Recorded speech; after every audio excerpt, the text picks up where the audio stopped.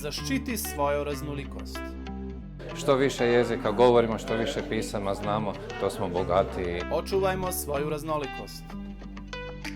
Na svijetu je više djece rođeno u više jezične porodice nego u monojezične porodice. Vrlo je bitno da i mlađi naraštaj, a posebno mi, djedovi i bake, da sa djecom, unucima pričamo čim više hrvatski jezik. A ovaj će jezik engleski i slovenski, on će tako naučiti.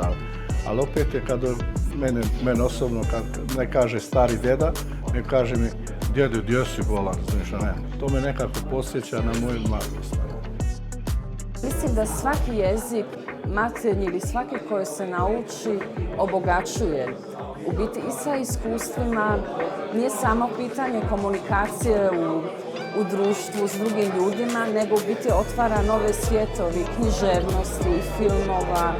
Tako da je to u biti jedno veliko bogatstvo. Protect your diversity.